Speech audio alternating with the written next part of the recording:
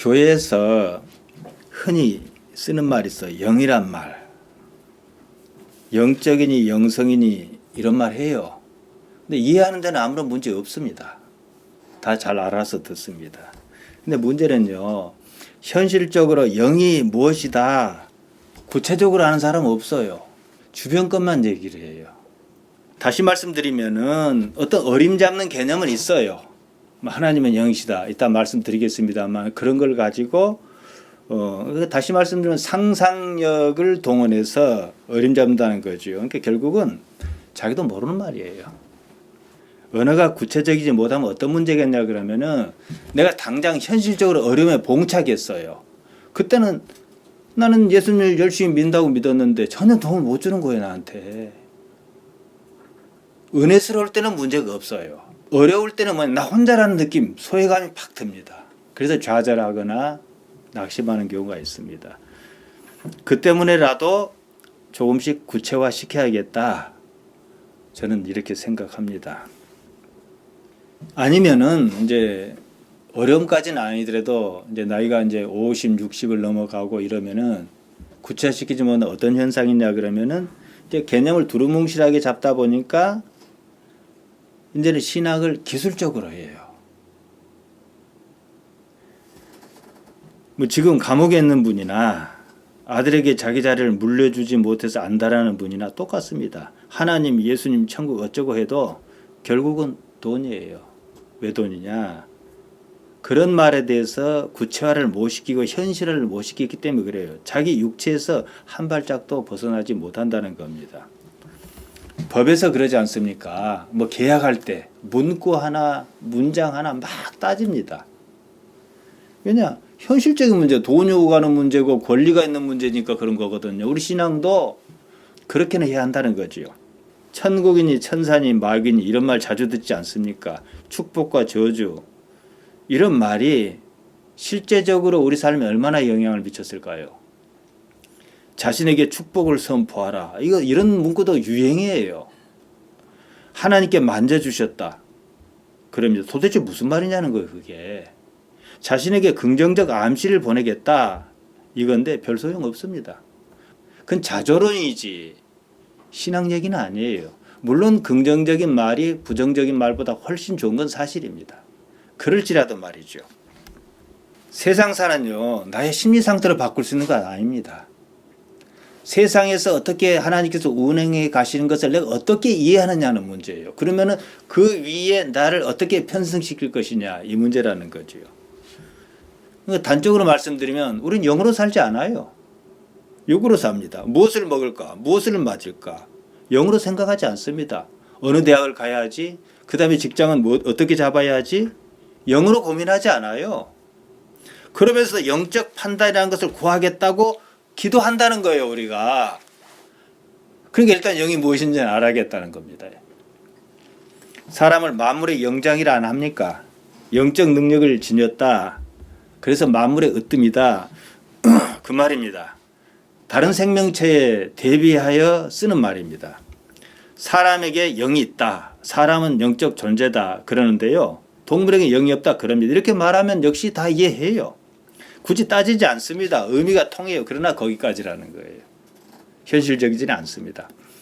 그러면 영이 무엇이냐고 물으면은 아무도 바로는 설명 못해요. 이게 영이다 그러면 근처만 막 이렇게 쑤시듯이 뒤집지 딱 포커스를 맞추지는 못한다는 거예요. 오늘 이거 하겠다는 거예요, 제가. 어떤 유명한 목사 이름을 대면 곤란하니까 그분은 잘 하고 있고 나름대로의 훌륭한 위치에 있으니까 설교 제목을 딱 보니까 음란은 영적 문제다 이랬어요. 그러면은 거기 예배 참여한 사람이 우리는 충분히 이해합니다. 근데 이 말은요, 결과적으로 윤리적 수준을 넘지 못합니다. 영적 굶주림 아주 멋있습니다. 그뿐이에요. 보다 신앙적으로는 사람으로 살려면 어떻게 해야 하는가? 결국 그 말이에요. 그러니까 영하고는 상관없는 거예요. 신앙과 영은 다릅니다. 영적이란 말이 뭐냐면 신앙적이란 뜻이에요. 영적이다 이 말은 신령스럽다, 초자연적이다. 이게 국어사전에 이렇게 나와 있는데요. 다 압니다. 문제는 실체가 없어요. 자신이 그렇다, 그럴 것이라고 예상하는 무슨 현상을 설명하는 말이라는 거예요. 신비한 무엇이 있다는 거죠. 현실적으로 설명할 수 없습니다. 결국 그렇다면 그런 것이고 그렇지 않다면 그렇지 않은 것에 그치고 맙니다. 그 이상은 없어요. 극히 소수긴 하지만요. 제 주변에도 그런 사람이 있었습니다만은 특별히 신앙적 능력을 갖춘 사람이 있습니다. 좋은 의미에서 예언도 하고 나름대로 어떤 기사도 일으켜요. 그들의 세계는 보통 생각하는 것 이상으로 높으며 깊습니다. 제가 초기에는 은사운동을 했거든요. 막 예언하고 뭐 병 고치고 했단 말이에요. 그런 얘기는 제가 지난번에 언젠가 말씀드렸습니다만은 잘 하지 않은 이유가 그런 데 있어. 그것만 목표거든요, 사람들이. 아무튼요. 그런 사람이 있는데 그럴지라도 대부분은 영이 무엇이라고 구체적으로 설명 못해요. 그렇기 때문에 그 길은 참 험악합니다.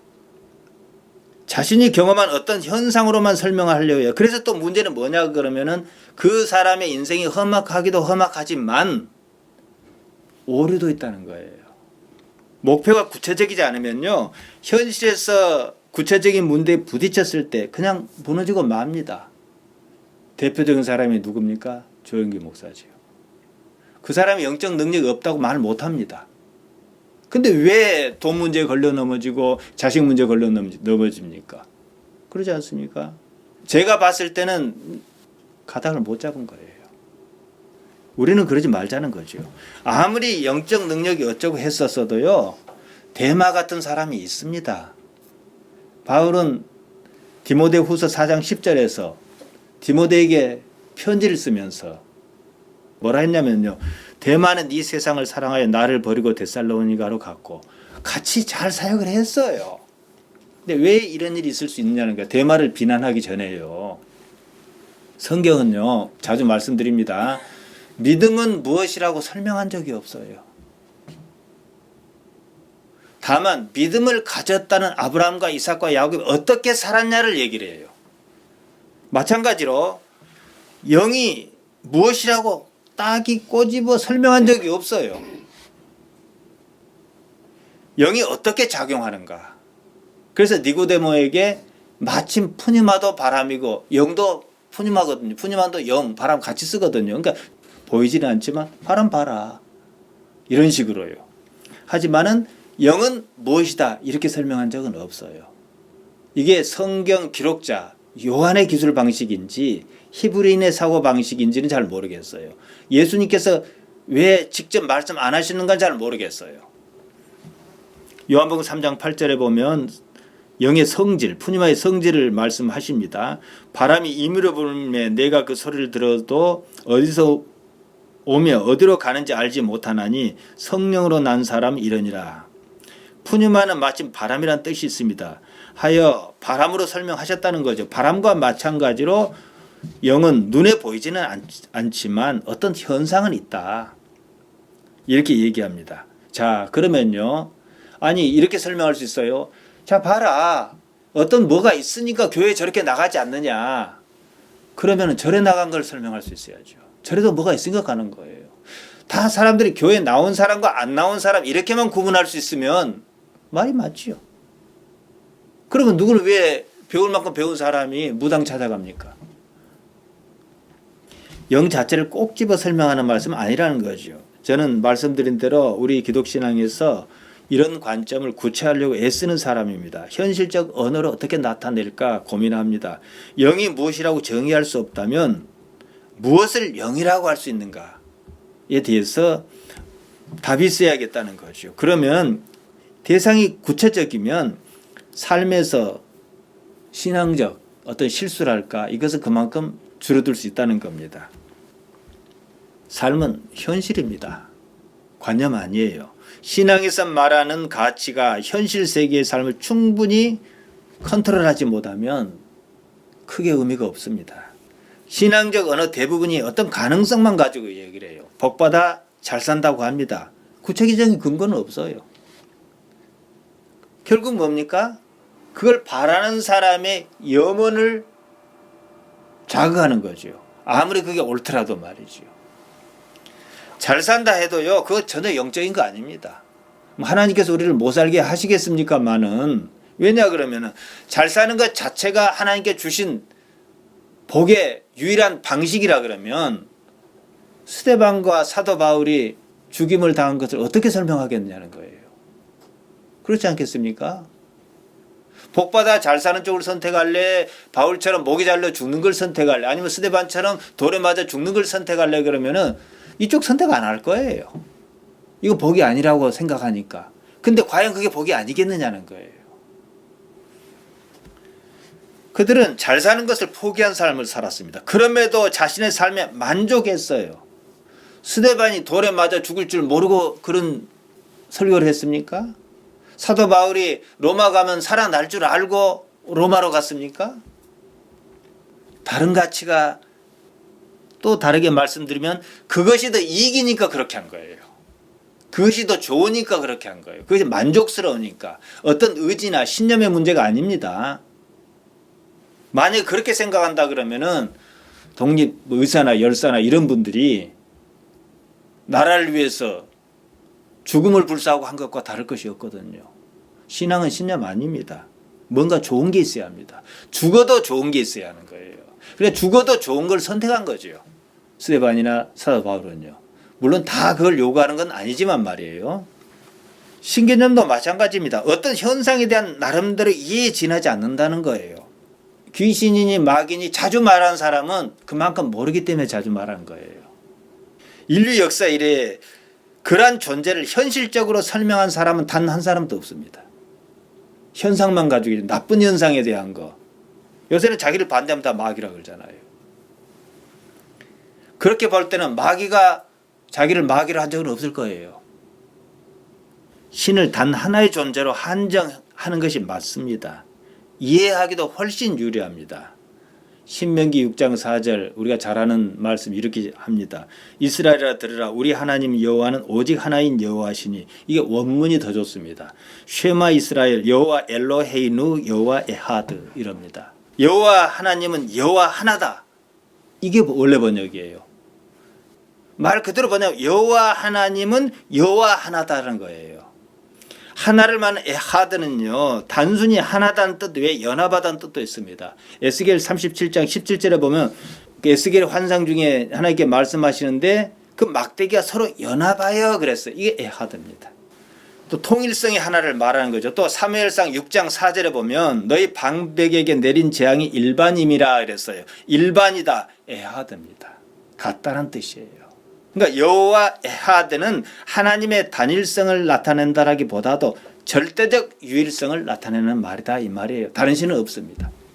그 인간 관념이 자기 현상을 설명하기 위해서 이러고 저러고 만들었지 하나님 자체도요 우리 언어로 설명 못합니다 사실은.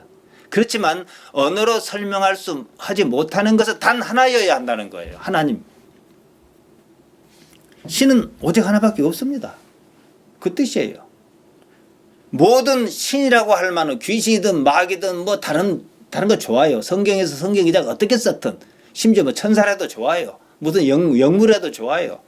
그것은요 사람의 편의를 위한 설명일 뿐이에요. 신을 할 수 있는 존재는 단 하나입니다. 하나님 한 분이다 이거죠. 여호와 하나님 외에 다른 신은 없다. 많이 듣지요. 그것은 여러 신이 있는데 이 신의 자체를 너는 신이 아니야. 이런 개념이 아니라는 거예요. 귀신도 신인 거예요. 어떻게 보면은. 그러니까 신 자체가 없다는 거예요. 왜냐? 하나님도 물론 설명 못하지만 귀신도 설명 못해요. 자기가 봤다고 사실을 할 수 없는 거예요.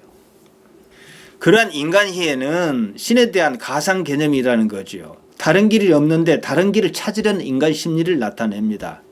제가 다음번에는 이게 가능할는지 모르겠습니다만 감각의 세계에서 말씀드리려고 그래요. 예를 들자면 이따가 무당기도 잠깐 하겠는데요. 무당은 왜 신내림을 있는가? 그건 어떻게 생기는가? 그거 다 감각의 세계에서 생기는 일입니다. 그건 제가 따로 이제 기회를 만들려고 합니다. 여러분 우상숭배라는 건 다른 것 아니에요. 자기 자신의 의지, 자기가 하고 싶은 것을 정당화하려는 방법인 동시에 표상입니다. 믿어야 할 것을 믿지 않습니다. 믿고 싶은 것을 믿습니다. 그게 우상숭배예요. 그러니까 내가 원하는 것을 누가 이뤄줄 것이냐. 우리가 신앙 초기엔 그럴 수 있어요. 그러나 하나님 안에서는 어떻게 해요? 물론 하나님께 뭐 때도 써보고 졸라보기도 하고 뭐 어떻게든 해요. 그렇지도 결국에는 하나님의 의지에 굴복하는 거예요. 죽는 날 두고 보세요. 누구 의지가 살아있는가? 나는 무너졌어요. 하나님만 딱 남아있는 거예요. 근데 우상숭배는 어떻게 해요? 내 생각을 이루기 위해서 하다 예수님 찾다가 안 되면 어디에요? 부처님 찾아요. 부처님 찾다 안 되면 어디로 가요? 무당에 가는 거예요. 그게 목적은 무당에게 가냐 뭐 절에 가냐 이게 중요한 게 아니고 내가 원하는 것이 옳다라는 생각을 결코 포기하지 않는다는 거예요. 이게 우상숭배예요. 하나님 신앙은 뭐예요? 나를 포기해서라도 그분을 포기 못하는 거예요. 십자가가 뭡니까? 그거 아닙니까? 예수님의 십자가가. 이제 우리가 인간인지라 이건 할 수 있어요. 어차피 우리가 내일 줄 건 아니니까 하나님 어떻게 해요 내 새끼. 내 생각을 웬만하면 하나님께 방법이 많으시니까 기술적으로 이렇게 하고 좀 만들어 주십시오. 이건 우리가 기도할 수 있어요. 사람이니까 아직은 인간이니까요. 하지만 전체적인 맥락에서는 내가 하나님께 변해가는 것이지 하나님께서 내 의지로 변해가는 건 아닙니다. 그분은 얼마나 고집불통인 줄 압니까? 영원이라 그럽니다. 영원히 안 변합니다. 결국 변한 건 우리예요. 그래서 어째서 자기를 부인해야 하는지 뭐 더 말할 필요도 없습니다. 히브리에서 하나님은 보통 복수로 씁니다. 엘로힘. 단수로는 엘로하라 그럽니다. 근데 되게 복수로 써요. 여기서 그 머리 글자 L이라는 것은요, 강한, 힘, 능력, 운동, 뭐 영웅 이런 뜻이 있습니다. 자, 그러면 힘이든 능력이든 뭐 영웅이든 이런 말의 궁극이 뭐겠어요? 대상은 단 하나밖에 없습니다. 하나님이죠. 아메리칸 스탠다드 버전 성경은 원문을 잘 이해했습니다. 이렇게 기록하더라고요. 아까 그 문구를 Our God is one Jehovah. 우리 신은 단지 여호와 한 분이시다. 따라서 하나님 외에 다른 모든 신개념은요, 이해가 좀 부족한 사람을 위해서 가상의 개념이죠. 어린아이에게 얘기할 때 산타클로스를 얘기해요. 산타클로스 실제 있습니까? 없어요. 그러나 그것이 어린아이에게 환상을 주고 꿈을 심어주고 어떤 그 행운이라든가 또 어떻게 지켜주는가 이걸 설명이 가장 좋은 거예요. 그래서 수호천사도 등장하는 것이고 이런 거예요. 이해할 수 없는 삶의 현상에 대해서 이렇고 저렇고 이해의 편의를 위한 방패라는 거죠. 제가 언젠가 문어 귀신 이야기 했죠. 이게 제가 바다에 살지 않습니까? 문어 잡으러 가고 싶은 마음이 굴뚝 같아요. 문어가 날이면 날마다 나는 게 아니라 하필이면 주일날 예배 시간이에요. 물때가. 그래요. 그러면 고민을 많이 해요. 배를 타고 문어를 잡으러 가냐. 한 번만 갔다 오면은 일당은 두둑이 챙길 텐데. 어류, 건조기도 비싼 돈 들여서 사다 놨는데 다음에 못 잡으면 어떡하지. 아무개가 다 잡으면 어떡하지. 고민하다가 결국 바다로 가는 선택을 합니다. 무엇이 선택이에요? 마귀가 그랬습니까? 아니에요. 자, 딱 그 상황에서 육체가 사라지면 그럴 필요가 있을까요? 없을까요? 없어요. 생존 본능과 거기에 필요가 욕심이란 이름으로 나타난 거. 그런데 이렇게 설명하면요, 교회에서는 어려워요. 뭐 심리도 동원해야 하고 뭐 그 생물학도 동원해야 하고 어렵단 말이야. 그러면 어떻게 해요? 퉁쳐서 문어 귀신이 아무개 집사 잡아갔네 하면 끝나는 거예요. 설명은 쉬운데 문제는 현실적으로 문어 귀신 말고 다른 데 부딪혔어요. 그럼 다 귀신이 할 거냐고. 남편이 좀 굳게 하면 귀신 들려서 그렇다고 하고 그렇게 할 거냐고. 그건 현실적이지 않습니다. 또 그런 표현은요, 쉬울 뿐만 아니라 표현 자체가 메타포가 워낙 강하기 때문에 표현이 강렬합니다. 신화는 그래서 나온 거예요. 게다가 그렇게 말하는 사람이 무엇을 알고 있는 것처럼 신령스럽게 보인다는 거예요. 흔히 하는 말로 그러지 않습니까? 철수는 노루다. 그럼 안 맞죠? 철수가 왜 노루예요? 메타포를 이해해야 이해를 해요. 다른 모든 설명을 하려면 막 복잡해요. 근데 철수는 노루다 하는 순간 그 거친 산을 막 뛰어다니는 모습이 눈에 딱 들어와요. 이거죠. 아무튼요, 그렇게 메타포를 주면은 이제 그 전에 어떤 느낌이 있는데 느낌조차도 결국 감정이란 겁니다. 감정은 반드시 자신만의 직간접 경험 세계에 바탕을 두고 있습니다. 모든 감정은 생존하려는 본능에서 시작한 거예요. 생존 본능이 그렇게 작동하는 겁니다. 아바타라는 영화를 보았다 그럽시다. 꿈에 막 아바타가 돌아다닙니다. 내가 아바타인지 아바타가 나인지 알 수가 없어요. 막 장가계를 돌아다니는 거예요. 우리 뇌는 그조차도 경험으로 인식해요. 놀랍게도 이성은 나중에 개입합니다. 변명해요. 합리성을 주죠. 변명하는 이성은 역할은 변명하는 거예요. 나 일 다 저지른 뒤에 이건 이래서 이랬고 저건 저래서 그렇고 이런 거죠. 그것은 단지 영화야, 꿈이야. 그러면서 감각의 세계를 부정합니다. 나이가 들면은 이제 치매기가 조금 있는 분들은 특정 기억을 막 붙들고 있지 않습니까? 어떤 기억이 아닌 것도 그렇다라고 막 붙들고 있는 수도 있어요. 그죠? 그 사람에게는 사실인 거예요. 내 특성이 그렇습니다. 뇌는 실제 현실과 가상 현실을 따로 구분하지 않습니다. 그 기반이 생각이에요. 그러니까 생각을 조작할 수만 있다면 천국도 지옥도 지금 당장 실현 가능합니다. 제가 96년에 저는 늦게 신학을 했는데요. 호남신학대에서 신대원 1학년일 때 여러 사람을 모아놓은 세미나를 했어요.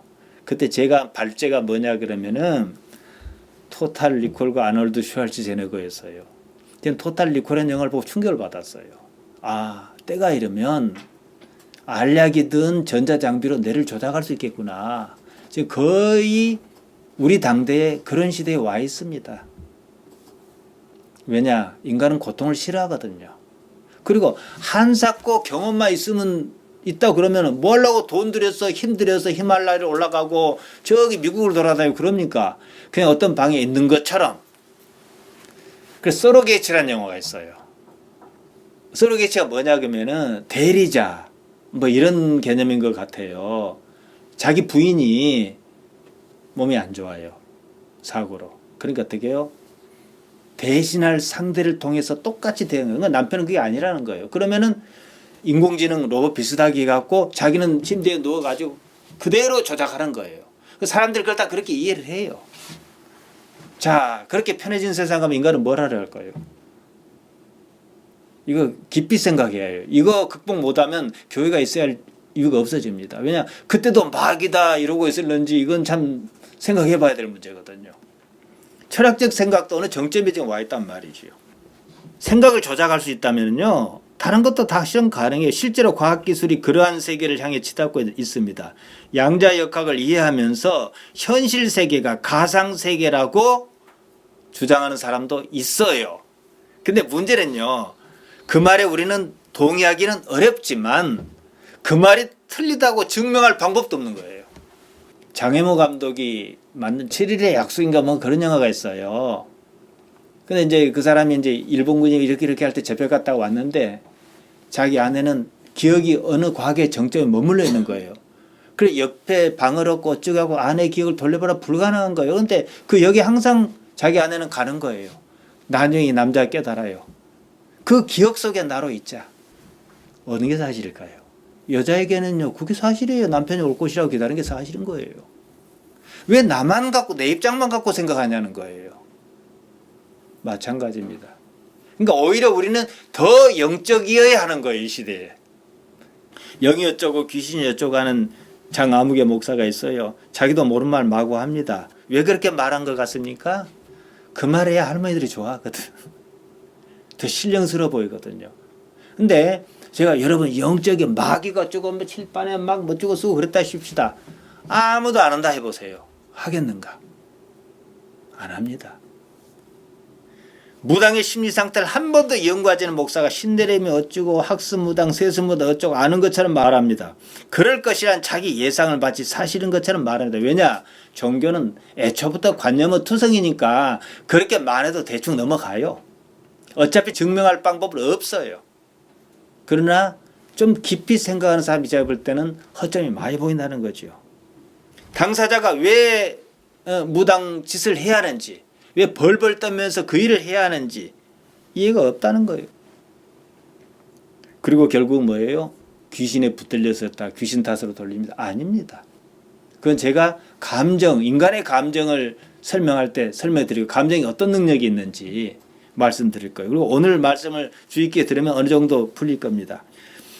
과학이 지금처럼 발달하기 전에는 그랬든 저랬든 통했습니다. 어차피 세상사가 모르는 일 투성입니다. 그래서 옛날에는 최고의 의사가 누굽니까? 주술사지요. 모르면 신비고 알면 과학입니다. 모르면 불안하고 아는 만큼 의식의 지평이 넓어집니다. 세상을 위에서 내려다보듯 명료해진다는, 그러면 살 수 있어요. 내가 지금 일이 안 풀려도 하나님께서 뭘 원하시고 계신다는 걸 알기 때문에 풀리지 않는다고 생각하는 일을 풀리지 않는 것이 아니라는 걸 알기 때문에 좌절하지는 않아요. 몸을 갖고 있기 때문에 기분은 조금 안 좋겠지만 그래도 이해는 가요. 비가 오지 않으면 옛날에 뭐 했습니까? 기우제 지냈어요. 지금 비가 오지 않으면 뭐 합니까? 비행기 띄워갖고 구름을 어떻게 뭉치게 해서 빗내리게 하려고 그래요. 또 비가 오지 않을 수도 있다는 예상을 충분히 합니다. 그러니까 저수지 만들었어요. 기우제가 한 번 기우제 내릴 때마다 기우제를 3시간 들이면 비가 30mm 온다. 5시간 기우제를 들이면 50mm 온다. 1대1로 대응했다면 세상에는 저수지고 또 아무것도 만들지 않습니다. 기우제가 훨씬 싸게 먹혀요. 지금까지 종교는요, 알 수 없는 현상을 제멋대로 해석해서 상품을 만들었습니다. 인간은요, 물리적으로 직접 관계를 맺을 수 있는 대상이 현재 연구한 바에는 150명밖에 지나지 않습니다. 그런데 왜 수백 명, 수천 명이 한 가지 목표를 가지고 촛불을 들기도 하고 교회에 운집할 수 있는가? 반드시 가상의 목표를 만들어야 해요. 그것이 있건 없건 천국이라는 가상의 목표, 극락이라는 가상의 목표를 만들어야 하는 거예요. 그랬을 때 그걸 뛰어넘을 수, 이게 인간의 어떻게 보면 위대한 점이기도 해요.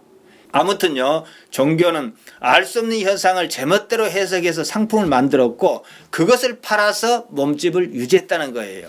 시대가 바뀌고 많은 현상이 사실로 밝혀졌습니다. 기우제가 비를 내리지 않는 거 알듯이 말해요. 그럼에도 여전히 그런 식이에요. 그러니까 어떻게 해요? 의식이 있는 사람일수록 교회에 발을 붙이기가 힘듭니다.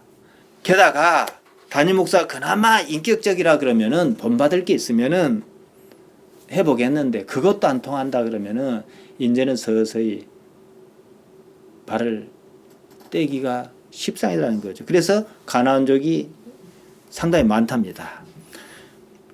담임 목사직 세습 저는 자체를 나쁘게 생각은 안 합니다. 아무튼요, 이제 얘기가 나왔으니까 이제 그것으로 무리를 빚는 교회가 있지 않습니까? 지난 정권에서 민영교도소 사업을 따냈습니다. 교도소 직원이 교인이에요.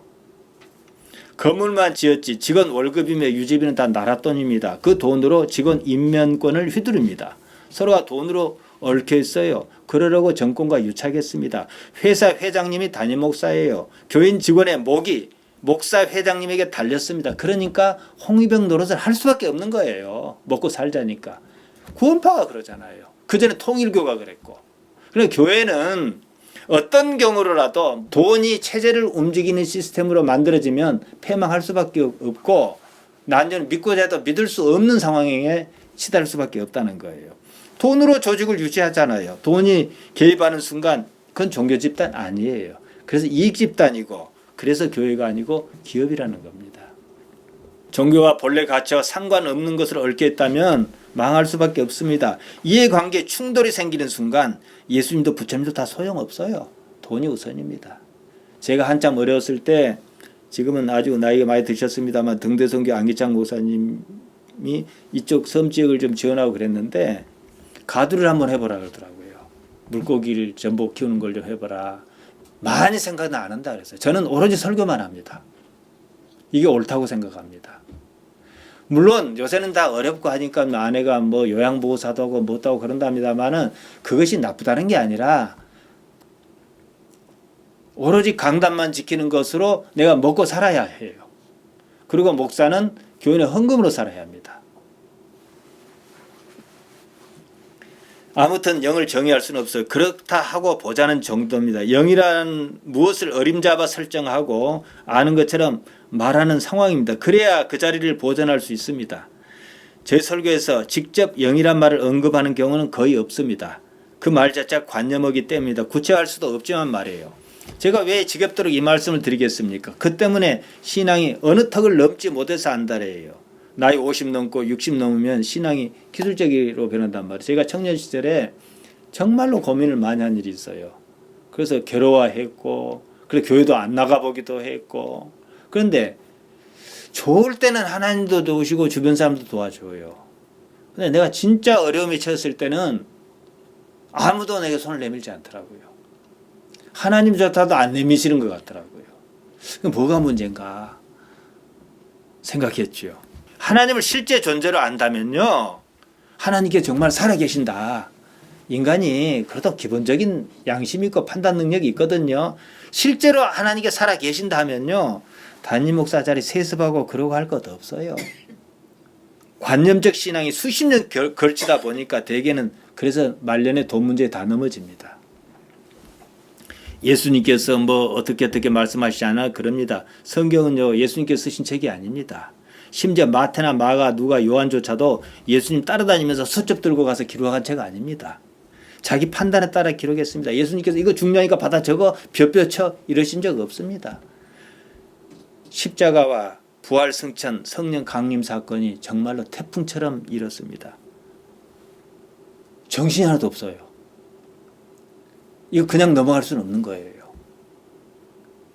내가 겪었던, 나도 그걸로 완전히 변해버렸어요. 신천신지를 경험한 거나 다를 것이 없어요.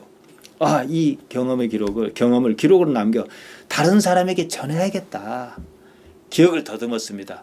그래서 누가는 사도행전 1장 1절과 2절 이렇게 시작합니다. 데오빌로여, 내가 먼저 쓴 글에 누가복음이지요. 무릇 예수의 행하시며 가르치시길 시작하신부터 그의 택하신 사도들에게 성령으로 명하시고 승천하신 날까지 이를 기록하였노라. 내가 먼저 쓴 책 봐라. 내가 뭘 기록했냐. 그 기억을 더듬어서 그 충격적 사건을 최선을 다해서 더듬어 써보겠다 이 얘기예요. 우리가 할 일은 정말 그런가? 그럼 성경 기록이 요한이 쓴 복음, 마태, 마가, 누가가 쓴 복음이 있으면은 그걸 무조건이 아니라 정말로 그러한가 하고 2번, 3번, 4번 좀 여유가 있으면 원어를 뒤져서라도 알려고 해야 한다는 거예요. 그런 사람이 없었냐? 아니요. 베레아 사람이 그랬어요. 사도행전 17장 11절에 나옵니다. 베레아 사람은 데살로니가인 사람보다 더 신사적이어서 간절한 마음으로 말씀을 받고 이것이 그러한가 하여 날마다 성경을 상고함으로 그랬어요.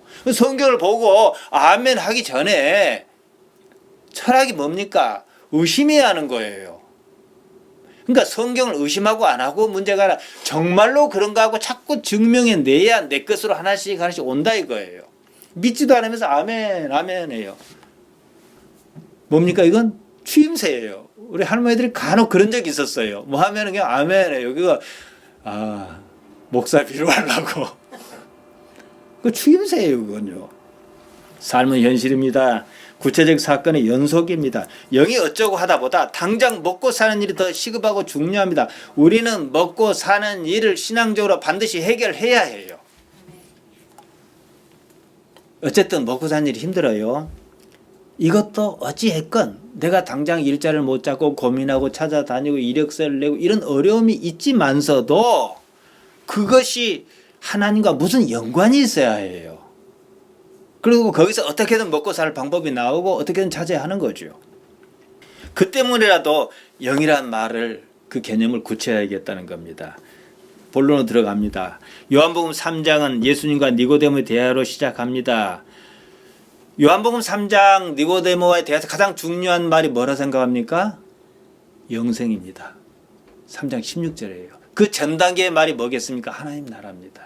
3장 3절에 보면은 뭐라 말씀하셨냐면은 거듭나야 하나님의 나라를 볼 수 있다는 거예요. 니고데모가 무엇 때문에 예수님 찾았겠습니까? 영생 때문에 찾은 거예요, 사실은요. 이 사람이 뭐 직장 취직을 못해서 그러거나 뭐 어디 아픈 데 있어서 낫기 위해서 간 거 아니거든요. 아무튼 잘 먹고 잘 사는 문제는 아니에요. 이 사람은 그런 걱정은 없었던 것 같아요. 요한복음 3장 3절에서 예수님께 이렇게 말씀하십니다. 진실로 진실로 내게 이르노니 사람이 거듭나지 아니하면 하나님 나라를 볼 수 없느니라. 이 말씀 안에서 인생이 무엇을 지향해야 하는지 의미를 함축하고 있습니다. 인생의 목적이 뭡니까? 이 말씀만 갖고 보면 하나님의 나라를 보는 겁니다. 그것이 인생의 최고 가치인데요. 하나의 나라를 보기 위해서는 한 가지 절차를 거쳐야 합니다. 거듭나야 한다. 여기서 우리는 3가지 단어를 따져봐야 합니다. 거듭난다는 말, 하나님 나라라는 말, 본다는 말. 그래야 요한복음 3장 16절에서 말씀하신 영생의 복음에 대해서 접근이 가능합니다.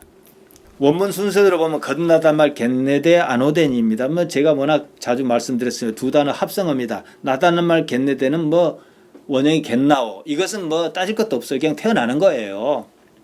아이를 낳다, 뭐 출산 그런 말입니다. 거듭이라고 번역한 아노덴이 문제인데요. 이 말은 반복하거나 되풀이하다는 뜻이 아니고 거듭은 원래 그런 뜻이거든요. 그런 의미보다는 위로부터 난다는 거예요. 근데 위로부터 나든 어찌 나든 간에 먼저 난 게 있으니까 거듭이란 말이 틀리다고 말은 못해요. 그러나 완전한 의미 전달은 못한다는 거예요. 니고데모는 위로부터 나야 한다. 끝끝내 예수님께서는 그걸 포기하지 않으십니다. 아노덴 위로부터 나야 한다 그러니까 그럼 나야 한다는 말 이미 한 번은 났으니까 그럼 내가 어머니 모태에 가서 다시 나야겠어 이렇게 얘기하는 거예요. 그러니까 이 번역이 더욱 헷갈리게 만들어 버렸어요. 요한복음 3장 7절을 보고 말씀드릴게요. 우리 성경 이렇게 번역했습니다. 내가 내게 거듭나야 하겠다는 말을 기이 여기지 말라. 캔네데 아노덴이거든요. 이거 원문에 맞게 옮기면 이렇습니다. 내가 내게 위로부터 나야 하겠다는 말을 기이 여기지 말라. 니고데모의 몰리에도 불구하고 예수님께서는 아노덴 위로부터라는 본래의 의미를 고수하고 계십니다. 이따 보겠지만요. 요한복음 3장 6절에서 예수님께서 육으로 난 것과 영으로 난 것을 구분하셨습니다. 육으로 나는 것은 이미 있는 일이고 어머니 모태로부터 우리가 났으니까 여기 있잖아요. 육으로 났어요. 영으로 나야 한다. 이 두 번째 문제가 있다는 거죠. 예수님께서는 니고데모 이해를 고쳐주십니다. 육으로 났어도 위로부터 하나님으로부터 나야 한다. 그래야 하나님의 나라를 볼 수 있다. 이렇게 가는 거죠. 하나님의 나라 바실레이안 투 데우라고 쓰고 있습니다. 나라란 말 바실레이아 자주 말씀드립니다. 영토가 아니라 통치 개념입니다. 하나님께서 왕으로 계신다. 바실류오 내가 왕 노릇한다 이 뜻입니다. 하나님께서 왕으로 계신다. 수요일마다 저녁에 우리가 사무엘서를 한 4번인가 지금 다시 하는 중인데요. 이스라엘이 왕을 세워주소서 왕을 세워주소서. 사무엘 선지자는 참 위대한데 그 두 아들은 좀 그랬어요. 뇌물을 받고 판결을 굳게 하고 하다 보니까 그게 이제 핑계거리지요. 하나님께 뭘 하셨습니까? 별로 좋아하지 않으셨어요. 저들이 나의 왕위를 나의 왕으로 있는 나를 버려 그랬어요. 지금 그거란 얘기예요. 여전히 하나님의 왕국이다 이거지요. 그럼 너는 바실류오 내가 왕이다. 이 뜻이에요. 하나님께서요. 현실적인 문제를 말씀하셨다는 거죠. 이 현실 세계 우리가 인정하든 인정하지 않든 흔히들 죽어서 천국 간다고 합니다. 아무리 그래도요. 그것이 사실이든 아니든 현재로서는 가상 개념일 수밖에 없습니다. 국경처럼 그 어떤 것이 둘러싸인 어떤 나라입니다. 고통과 슬픔이 없는 영원한 나라라고 합니다. 당연히 없지요. 몸이 없으면 그런 거 필요하지 않으니까요. 아무도 가본 적 없습니다. 누가 가봤지 않냐? 그것은 그 사람의 환상이에요. 가봤다라고 말할 수 있는 것은 A, B, C, D 네 사람이 똑같이 증언할 수 있어야 하는 거예요. 그냥 다들 좋다라는 말이지 뭐 종로에 가면 뭐가 있고 이런 식으로 말한 적은 없어요. 그 나라를 뭐 그렇게 가본 것처럼 말할 수 있는지 자기가 경험하지 않은 세계를 어떻게든 말한다는 것은 거짓말하는 거예요. 1992년에 이장님 목사가 담임 선교해갖고 난리가 났지 않습니까? 이제 다가올 미래를 대비하라고 그러고 저도 집회도 쫓아가고 책도 받고 감동과 충격이 막 휩싸여 왔어요. 근데 한편으로 가만히 생각해보면 전부 남의 얘기만 하는 거예요. 남의 얘기, 남의 환상, 계시 이런 얘기만 하는 거예요. 아무튼요. 자기가 뭐 뭘로 봤든 실제로 봤다 그러면은 거짓말을 할 수 없겠지만 어림잡아서 말았다 그러면은 아무리 의도가 옳을지라도 거짓말입니다. 그렇게 따지면 믿음이 없느냐고 합니다. 믿음을 오해한 거죠. 믿음은요. 없는 것을 믿는 거 아니에요. 히브리서 11장 1절 2절 제가 자주 말씀드렸습니다. 믿음은요. 내일 아침에 태양이 떠오른 것을 믿는 게 믿음이에요. 근데 왜 내일 태양이 또 떠오르라고 여러분 믿습니까? 어제도 떴고 그제도 떴고 그제도 떴고 워낙 자주 떴으니까 내일 떠오를 수 있다고 믿을 수 있는 거예요. 내 삶에서 하나님께서 어떻게 하셨다. 너는 못 믿겠지만 나는 그렇게 말할 수밖에 없어. 이런 경험의 누적이면은 그 사람에게 믿음인 거예요. 우스갯소리로 제가 간혹 그런 표현을 했습니다. 기도를 했어요. 근데 기도를 주야 믿습니다. 이스라엘 사람은 이렇게 기도 많이 합니까? 우리는 막 이렇게 기도를 해요. 근데 간혹 새끼손가락에 올라와 있는 거예요. 요만큼 딱 한마디로. 3번만 그러면은 새끼손가락 기도법 그리고 전국 돌아다닙니다. 5번도 안 가요. 사람은 그럽니다. 근데 태양은요 3번이 아니거든요. 어렸을 적부터 항상 거기서 떴거든요. 그러니까 하나님의 역사라는 것도 내 인생에서 어차피 어떠한 일을 하나님께서 하셨다라고 일단 처음에는 좀 막연하게 얘기했어요. 근데 자꾸 구체화 시켰을 때 부정할 수 없는 거예요. 제가 아브라함이 아들 이삭을 모리아 땅 번제로 바치는 사건에서 설명한 적이 있습니다. 제가 집회 가갖고 전한 내용인데요. 아브라함아 네 아들 이삭을 번제로 바치라는데 아브라함 군소리 없이 갔어요. 그래 아브라함 믿음입니다. 그러면은 자기 새끼는 만약 하나님께 그런 계시를 했으면 했을까요? 아들에게 세습할 수 있는 능력과 여건 다 갖췄는데도 사위가 그러니까 나 안 할란다. 그게 믿음 아닐까요? 왜 이 아들이야 합니다 하고 계변을 만드냐고. 하나님께서는요 세상에서 가장 못난 사람 그 교회 당회장 앉혀도요 해나가십니다. 그 사람이 하는 거 아니거든요. 우리 신앙의 능력이 거기 있는 것 아닙니까? 아무튼요. 지금 교회 강단을 눈 돌려보세요. 천국이란 어떤 나라고 있다 합니다. 비자, 입국 사증을 받아야 한다 그럽니다. 입국 사증 어떻게 받습니까? 이제 그 재직의 세미나할 때 잘 나오는 거예요. 교회 출석하냐, 11조 잘하냐, 봉사하냐. 이래야 천국 비자가 나와요. 좀 더 잘하면 영주권 나와요. 그거나 면접 하면 뭐가 다를까요? 별소리를 해도요 그 말이 그 말입니다. 나라 바실레아는 영토를 규정하는 어떤 국가를 말하지 않습니다. 통치 자체를 말합니다. 통치권이 누구에게 있느냐는 거예요. 그걸 인식하느냐는 거예요. 한국이냐 미국이냐 이 나라냐 저 나라냐 그런 거 아닙니다. 극락은 천국 아닌가요? 안 믿으니까. 좀 좋은 의미의 협박을 좀 해야겠거든요. 너 그렇게 살다가 빌어먹어. 너 그렇게 살다가 지옥 가. 뭐가 다릅니까? 우리는 근거 없는 소리를 할 수 없어요. 하나님께 진실하시니까. 그렇게 살다가 빌어먹는지 안 빌어먹는지 내 생각이에요. 그런데 지옥을 어떻게 얘기해? 우리는 그렇게 말 못해요. 따라서 지금 자기가 사는 삶에서 살아계신 하나님을 어떻게 알아차렸느냐, 어떻게 인정하며 사는 그 문제를 말합니다. 나사렛 예수라는 어떤 분이 계셨어요. 그분께서는 십자가로 그걸 증명하셨습니다. 십자가 의미가 그것입니다. 하나님 때문에 십자가를 받아들이셨습니다. 하나님 아니면 그럴 이유가 없습니다. 우리 또한 마찬가지입니다. 하나님 때문에 하나님께서 창조하시고 섭리하는 이 삶을 받아들일 수밖에 없어요. 이 영역이 하나님의 나라예요. 하나님 때문에 하나님께서 창조하시고 섭리하는 이 삶을 받아들일 수밖에 없습니다. 내가 있는 이 자리가요 하나님 때문에 거룩합니다. 호렙산에서 그러지 않았습니까? 호렙산이 뭐가 거룩합니까? 출애굽기 3장 15절입니다. 내 있는 곳은 거룩하니 신을 벗으라 그랬어요. 아무튼요 이 정도 하고 요한복음 3장 3절을 봅니다. 진실로 이르노니 내게 이르노니 사람이 거듭나지 않으면 하나님 나라를 볼 수 없느니라. 이제 두 가지를 말씀드렸습니다. 이제 본다는 말 하나 남았습니다. 사람이 위로부터 하늘로부터 하나님께로부터 태어난 자리 있어야만 하나님께서 이 세상을 어떻게 다스리고 계시는지 볼 수 있다 이 말씀인데요. 본다란 말 이대인입니다. 원문에서는 원형은 에이도 보다 인자하다 뭐 눈으로 보다 이런 뜻도 있어요. 근데 동서양을 막론하고 보다란 말은 눈으로 보는 것만 가리키지 않습니다. 다양한 방법으로 씁니다. 언젠가 우리가 그때는 예배보다란 말을 썼어요. 틀린 말 아닙니다. 보다란 말이 이미 그걸 포함하고 있습니다. 보다란 말이 예배한다는 말보다 의미가 훨씬 더 깊고 큽니다. 보다란 말은 내가 직접 인지하고 느끼고 관계하는 거거든요.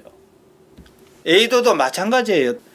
에이도는 단순히 쳐다보는 것 외에요. 견해나 관점을 말하기도 하고요. 어떤 감각을 느끼다, 의식하다는 의미로 쓰입니다. 그 외에 인지하다, 주목하다, 고려하다, 경험하다, 방문하다, 알게 하다, 당하다, 알다, 시인하다, 알리다 이런 뜻이 있어요. 제가 여러 가지 뜻을 열거했는데 그러면 여러분은 본능적으로 이 여러 가지의 말이 어떤 지향점을 지시하는가를 벌써 캐치를 하셔야 돼요.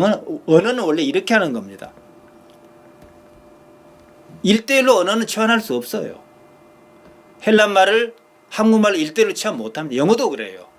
러브를 어떻게 러브 이꼴 사랑하다 어떻게 이렇게 번역할 수 있습니까? 그래서 언어의 뉘앙스를 같이 배우기 위해서 외국어를 공부하고 그러는 거예요. A도는 내가 어떤 사건을 의식적으로 그러니까 그 열간 단어를 쭉 종합했을 때 단순히 보다는 말이 아니고 어떤 사건을 의식적으로 인지적으로 자신의 경험색으로 끌어오는 감각적 행위를 통치하는 거예요. 따라서 하나님 나라를 본다는 말은 하나님 나라는 하나님께서 이제 살아 계신다는 의미에 가깝다고 말씀드렸어요. 하나님 나라를 본다는 말은 지금 내가 사는 이 삶에서 하나님께서 나의 경험의 세계에 들어와 계신다는 사실을 어떻게 인정하고 인지할 것이냐 이 문제라는 거예요. 그것은 어떻게 해야 돼요? 하늘로부터 나야 한다는 거예요. 하늘로부터. 그게 영과 관련이 있다는 거죠. 그래서 이것을 이제 성경의 구절을 가지고 말씀드리면 잠언 3장 6절인데요. 너는 범사의 그를 인정하라. 그리하면 내 길을 지도하시리라. 그러니까 범사의 모든 일에 하나님을 인정하라. 갖가지 일에서 하나님 인정하라. 그러면 하나님께서 내 길을 이렇게 저렇게 이렇게 저렇게 지도하실 것이다 이건데 우리는 인정하다라고 번역했기 때문에 이게 더 좋은 번역인처럼 보이는데 안 그래요. 야다입니다. 알다. 하나님 알다. 구약에서 히브리에서 야다, 신약 헬라에서 기노스고 똑같은 의미입니다. 그러니까 원문은 그대로 하면 너는 범사에 가진 일에 하나님을 알아라. 이 일을 통해서 하나님을 알고 이 일을 통해서 하나님을 알고 이게 몇 사람이 왔는가를 통해서 하나님을 알려 해라. 그 알려는 노력을 자꾸 기울이면 내가 어떻게 변해 있을까요? 하나님의 사람으로 가 있겠지요. 그러면 그 다음 일을 알 수 있죠. 하나님께 무엇을 원하시는지 하나님께 익숙해 있으니까 이게 야다예요. 이런 일에서 하나님을 알고 저런 일에서 하나님을 알고 또 이런 일에서 하나님을 알고 여기는 좋은 일만 있는 게 아니라 굳은 일 그렇게 알다 야다 하다 가면 어떻게 해요? 하나님과 일체감이 생겨버려요. 하나님께서 다른 뜻을 갖고 계실 거야. 내 능력에 맞는 다른 방법을 주실 거야. 물론 우리는 그것을 원한다라고 아랠 수 있어요. 아랠 수 있어요. 그런 과정이 바뀌어요. 여러분의 그 기쁜 기도를 한번 생각해 보세요. 처음에 기도 제목하고 동글뱅이 친 게 그대로 이루어진 경우가 얼마나 됐을까? 그런 경우 없지는 않지만 대부분의 기도는 바뀝니다. 바뀐 것만큼 내가 하나님의 사랑을 받겠다는 거예요. 그러니까 낙심할 것도 없어요. 왜냐 하나님께서는 기본적으로 내게 가장 좋은 길을 주시라는 속성은 변치 않거든요. 아버지가 자식에게 좋은 거 주고 싶지 굳은 거 주고 싶어 하겠습니까? 육신의 아버지도 그러는데. 아무튼요 하나님을 의식하는 의식이 성장합니다. 다시 말씀드리면 인생의 목표는 이겁니다. 무엇을 이룬 게 아니에요. 이런 일을 통해서 하나님 야다하고 이런 일을 통해서 하나님 기노스하고 이러다 보니까 내가 어떻게 변해 있는 거예요. 뭐가 변해요? 의식이 올라가야죠. 이제 앞으로는 의식이라는 말에 대해서 여러분이 주의 깊게 들으셔야 합니다. 하나님을 에이도하는 사람은요 자기 중심적인 삶을 살지 않습니다. 하나님을 모른다면 모를까 그럴 수는 없어요. 하나님을 자신의 의식 안에 품었다는 뜻입니다. 그 자체가 하나님 나라의 백성, 내가 하나님의 자녀인 증거로 작동하는 거예요. 사람의 아들이 있었습니다. 십자가를 져야 한다는 계시를 받았습니다. 감당하기에 너무 가혹합니다. 밤이 새도록 십자가를 지지 않을 방법이 없느냐고 기도했습니다. 하나님께서 아무런 응답도 주시지 않았습니다. 그럼 어떻게 해야 해요? 져야 하는 거예요. 이게 능력입니다. 자, 십자가에 사람의 아들 달려 돌아가셨습니다. 분명하게 돌아가셨습니다. 분명하다는 걸 증명하기 위해서 십자가를 또 선택하신 거예요. 누가 살리셨어요? 하나님께서요. 예수님 스스로 살아난 거 아닙니다. 하나님께서요. 나는 죽어도 괜찮은 거예요. 무슨 이유 때문에 십자가를 졌다면 사명이겠지요. 나라를 구하기 위해 자기 목숨을 던진 독립운동가와 같습니다. 그런 이유는 두 번째라는 거예요. 사람의 아들이 십자가를 진 이유는 단순해요. 하나님 때문입니다. 다른 이유는 없습니다. 생각할 필요가 없어요, 우리가요. 그래서 사람의 아들은 처음부터 하나님의 나라의 백성이었고 그래서 하나님의 아들이라 그런 거예요. 이견이 없잖아요. 이견이. 그러니 받아들여야 하셨습니다. 하나님 말고는 다른 최고 가치는 없었습니다. 또 얘기합니다. 그분께 좀 미안합니다마는 담임 목사제가 아들에게 세습했습니다. 복이라며 돈을 밝힙니다. 다 좋아요. 경우에 따라는 그럴 수 있습니다. 하지만 그런 사람이 스데반이나 바울과 같은 사람의 삶과 죽음을 어떻게 설명할 수 있을까?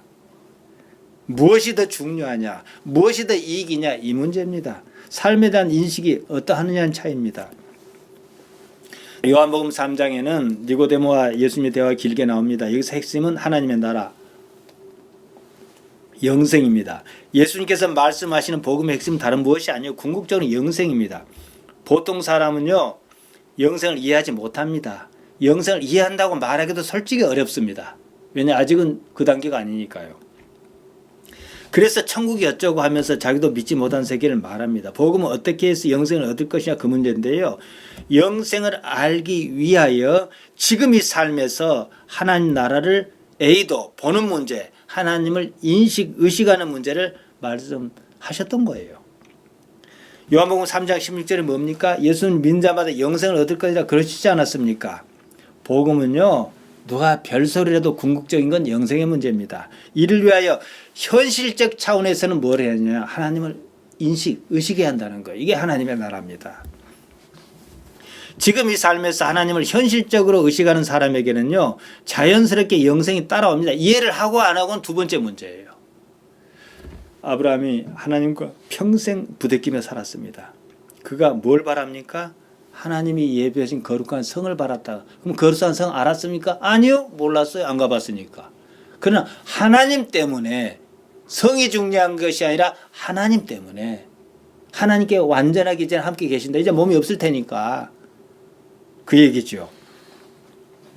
니고데모는 못해서 다시 태어나야 하냐 이렇게 묻자 예수님께서 다시 말씀하십니다. 요한복음 3장 6절입니다. 육으로 난 것은 육이요 성령으로 난 건 영이니, 원문을 풀어보면 이렇습니다.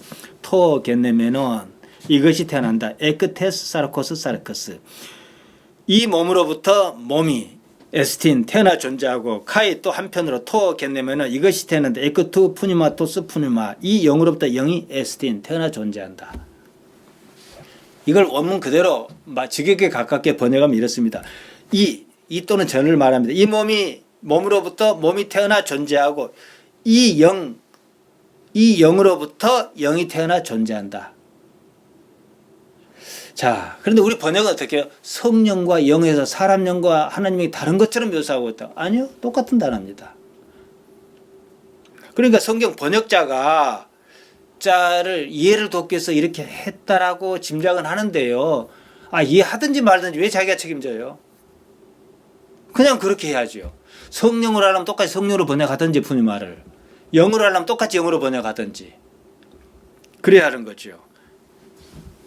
육으로 난 건 육이요, 영으로 난 건 영이다 이거죠. 그러나 예수님의 말씀은 육에서 육이 태어나서 영에서 영이 태어난다, 그렇게만 말씀하십니다. 사람이 못해서 출생하는데 어느 시점에는 하나님께로부터 출생해야 된다 그럽니다. 그래서 하나님 나라를 볼 수 있다. 영을 무엇이라 하든지 간에 지금 당장은 유보합니다. 여러분 자신이 하나님의 영으로 태어났는지 태어나지 않았는지 진단해 보는 방법이 있어요. 시약이 있어요. 진단 시약이 뭐냐? 하나님 나라가 보이면, 아까 에이도를 설명했습니다. 하나님께서 지금 내 모든 것이다. 나 하나님 없이는 못 산다. 이러면 여러분 일단 못 느껴도 태어난 겁니다. 근데 하나님 말고 내가 이래볼까 하는 마음이 가능하다 그러면 아직은 안 태어난 거예요. 육에 속한 사람입니다. 하나님을 현실적으로 인지하면, 하나님 없이는 못 살겠으면 여러분의 영, 푸니마가, 여러분의 영, 여러분의 푸니마가 하나님으로부터 태어난 상태입니다. 이제 그럼 어떻게 해요? 이걸 어떻게 내가 뚜렷이 할 수 있도록 성숙시킬 것이냐, 이 문제만 남는 거예요. 사실 인생이 그러려고 있는 겁니다. 자, 보세요. 우리가 이제 좋게 얘기해서요, 예수님 믿고 천국 가면 그만이지 싶으면요, 오늘이라도 죽는 게 훨씬 유리합니다. 더 살아야 할 이유가 없어요. 뭐 하려고 험한 세상 살아요? 그렇잖아요. 근데 왜 살아야 해요? 성숙시켜야 해요. 이걸 이해를 못하니까 상급이란 말로 대체한 거예요. 얼마큼 상급을 더 받느니 이렇게 한 거예요. 영이 무엇인지, 이제 영이 무엇을 영이라는지 알아야겠습니다. 그런 후에 우리가 영이라고 말할 수 있는 그것과 예수님께서 말씀하신 영, 푸니마를 짝지어보는 게 합리적이겠습니다. 영은요, 일단 육은 아닙니다. 그렇죠? 하나님께서는 육이 없으신 거예요. 하나님께 영이시니, 이 말을 바꿔 말하면 하나님께서는 육체가 없으시니 이 말이에요. 그럼 우리가 죽으면 우리도 영이겠네? 라고 할 수 있죠. 틀린 말은 아닌데요. 그러면 육이 아닌 것은 모두가 영이냐? 아니에요. 육이 아닌 것, 정신, 마음, 혼백, 이런 건 영이 아니에요. 예수님께서 요한복음 4장 24절에서 말씀하신 것을 보면 더욱 그렇습니다. 여기 하나님께서는 영이시니 예배하는 자가 신령과 진정으로 예배할지니라. 원문은 이렇습니다. 푸니마 호데우스 카이 투스 프로스 키눈타스 아우토넨 푸니마타이 카이 알레데야 데이 프로스 키네인. 푸니마 호데우스, 하나님께서는 그 영이시다. 호 관사입니다. 카이투스 프로스 키눈타스, 이 또한 예배하라. 아우톤 엔 푸니마타이, 동시에 영 안에서 카이 알레데야 데이 프로스키네인, 또한 반드시 사실로 예배해야 한다. 직역하면 이렇습니다. 하나님께서는 영으로 존재하신다. 육체가 없으시다. 그 때문에 우리 또한 신령과 진정으로 예배해야 한다는 건데요. 신령과 진정이란 것도 양념친 말이에요. 그냥 영으로예요. 똑같이 푸니마입니다. 그리고 우리 또한 하나님께 영이시니까 우리도 영으로 예배해라. 다만 우리에게는 영으로 예배하는데 조건이 있어요. 진실로 예배하라는 거예요. 진정이란 말 추루스입니다. 그냥 알레데이아 참이에요.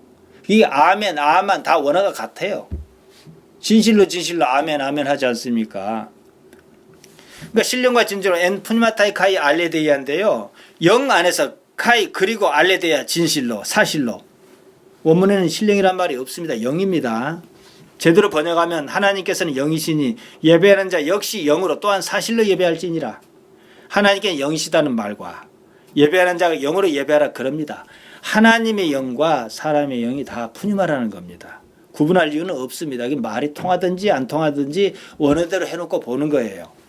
사람이 육신이 사람에게서 태어났습니다. 그래서 사람이지요. 영이 하나님으로부터 이제 어떻게 태어났다 그럽시다. 그래서 하나님의 자녀인 거예요. 다만 사람은 자기가 하나님으로부터 태어났다는 사실 자체를 인식해야 해요. 의식해야 해요. 이걸 개발해야 해요. 그리고 거기다 하나 추가해서 하나님은 영이시지만 우리는 영이라도 뭔가 미숙하다든지 모자라든지 그럴 수 있는 거거든요. 육체 속에 있으니까. 그래서 사실로 알레데이아 진실로 하나님을 찾아라 이거죠. 영을 무엇이라든지 간에 영은 일단 하나님과 통하려면 영으로 통해야 해요. 육신으로 통할 수는 없지 않습니까? 다만 사람은 진실, 사실에 영해야 한다는 거예요. 진실, 사실이 아니면 의미가 없습니다. 하나님께서 그러시니까요. 그래서 요한복음 14장 17절에 보면 진리의 영이라 하지 않습니까? 성령을. 진실한 영이라는 거예요. 우리도 진실해야 하는 거예요.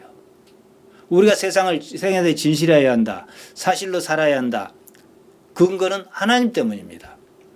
하나님 자체가 영, 푸니마로 존재합니다. 따라서 구분해서 요새는 또 보면 이제 성부와 성자다, 성령이다 그래가지고는 뭐 성령님 어쩌고 저쩌고 다 자기도 모르는 소리. 성령, 하나님의 영이에요 그냥. 거룩한 영이에요. 굳이 번역하자면 영어로 홀리 스피릿이에요. 푸니마호 데오스. 그러면은 하나님께서는 그 영이시니, 그러니까 하나님 이퀄 영 이퀄 하나님이라 뜻인데요. 하나님께서는 그렇다 치고 문제는 우리입니다. 현실적으로 우리는 영이 아닙니다. 육체를 가지고 있습니다. 하나님께서 진실하십니다. 거짓은 필요하지 않은 분이십니다. 삶의 사실을 단지 사실로만 여기십니다. 그래서 하나님이셔요. 이게 능력이고요. 우리는 진실하지 않을 때가 있어요. 사실을 왜곡하기도 합니다. 왜 그럽니까? 육체 때문에요. 육체의 삶을 영위하자니 때로는 원치 않게 거짓이 발생하기도 합니다. 육체는 사람의 삶, 곧 인생을 말합니다. 이런 암시가 있는 대목이 요한복음 8장 15절입니다. 너희는 육체를 따라 판단하나 나는 아무도 판단하지 아니하노라. 육체에 근거하여 판단하니 잘못 판단할 수밖에 없다는 말씀입니다. 사실을 사실로 보는 능력을 잃었다는 거죠. 모든 선택과 판단의 근거는요, 육체입니다. 동물도 그래요. 다른 말로 하면 생존 본능에 따른 반응입니다. 삶만이 모든 것이라면, 그런 삶을 지탱하는 것이 목적이라면 육체를 따라 판단해야 합니다. 그렇지 않습니까? 살아야 하니까요. 육체는 삶을 지탱하는 도구입니다. 육체를 유지하는 일이 최고 가치라면 명예도 권력도 돈을 받기는 것도 뭐 담임 목사 자리를 아들에게 넘겨주는 것도 당연하죠. 육체가 최고 가치니까. 그런 일은 육체가 없으면 다 쓸데없습니다. 생존 본능이 생리적으로 그런 선택을 합니다. 살자니까 말이에요. 그러면 그 사람은 하나님의 영에 속한 사람은 아닙니다. 육체적 선택을 최고 가치로 삼았으니까요. 설령 그럴 때 그러더라도 이게 정말 하나님의 일인가라는 생각을 했다 그러면 또 별개 문제겠죠. 하나님을 예배하는 일은 육체가 아닌 다른 무엇이어야 합니다. 하나님께 영이시니까요. 그래서 하나님께는 육체가 없으시다는 말씀을 먼저 하셨던 겁니다. 우리는 육체를 가지고 있어도 육체가 없는 삶, 육체의 선택이 아닌 다른 무슨 선택이 있어야 한다는 거예요. 그래서 육으로 예배할 수 없는 겁니다. 그러자면 삶에서 반드시 하나님을 알아차려야 합니다. 삶에 이런 일 저런 일이 있어야 다 그 때문입니다. 복이든 고난이든 모두 하나님을 알아차리라는 신호로 쓰입니다. 하나님께서 보내시는 무슨 시그널이라는 거, 그걸 의식하느냐는 거예요. 그 때문에 성경은 능력과 기사를 디나미스니 테라스니 다우마라든 이런 말이 있음에도 불구하고 한사코, 표적, 신호, 세메유이란 말로 쓰고 있다는 거예요. 사람은 좋게 말하면요, 좋게 얘기하면 하나님 인정하지 않습니다. 삶이 굳기 때문에 그런 거예요. 대부분의 신호가 그래도 고통입니다. 그리고 고통의 신호가 훨씬 효과적입니다. 우선은요. 삶에서 어떻게 하면 고통을 없이 할까 해서 하나님 찾습니다. 그 이상의 경지로 나아가야 하는 단계에 와 있다는 거죠. 우리가 그러려고 여기 있는 거거든요. 고통을 없이 하는 유일한 방법이기도 합니다. 하나님께서는 영이시다 그러셨습니다. 하나님께 몸이 없으시다 그러셨습니다. 우리도 죽으면 몸이 없습니다. 부활의 몸은 이런 몸이 아닙니다. 그러면 영으로 살지 않겠느냐 그럽니다. 몸이 없으니 일단 맞습니다. 다만 영이라 해서 같은 영이겠는가? 수준 차이는 있지 않겠는가? 이겁니다. 아이가 있고 어른이 있어요. 다 같은 사람입니다. 다 같이 소중한 인격체예요. 하지만 다 같은 사람은 또 아니에요. 왜냐? 신체의 크기 차이를 말하는 게 아니라 의식 수준의 차이가 있어요. 그냥 내가 어렸을 때는 어찌했고 사도 바울이 이런 표현을 했죠. 몸을 벗은 세계에서는요, 몸이 아닌 영의 수준이 같다 하면 그것이 더 이상하죠. 따라서 지금 이 삶에서 무엇인가 수준을 더 높여야 한다는 겁니다. 제가 간혹 육체의 삶은 요람이라 그렇게 말씀드렸습니다. 육체는 우리의 본질을 자라게 돕는 숙주입니다. 어떻게 이해했든지 간에 영이란 그것이 우리의 본질입니다. 하나님께서 만드셨습니다. 다만 그러니까 육체는 부모가 책임지고 영은 하나님께 책임지시는 거예요. 다만 어떤 일은 그것을 알아차리지 못합니다. 왜냐? 사람이 영적 존재란 말은 맞아요. 만물의 영장은 맞습니다. 왜냐? 있거든요. 근데 있는데요, 아주 미미합니다. 제 동생이 전복을 배양하는데요, 배양에서 처음에 종자를 이렇게 씨바지를 딱 해놓고 보면 볼펜으로 점 찍어 놓은 것보다 작습니다. 안 보여요. 근데 그것이 5년 키우면 요만해지는 거예요. 마찬가지로 없는 건 아니에요. 우리에게 워낙 작기 때문에, 그 영역이 워낙 작기 때문에 짐승과 같이 사는 사람이 있는 거예요.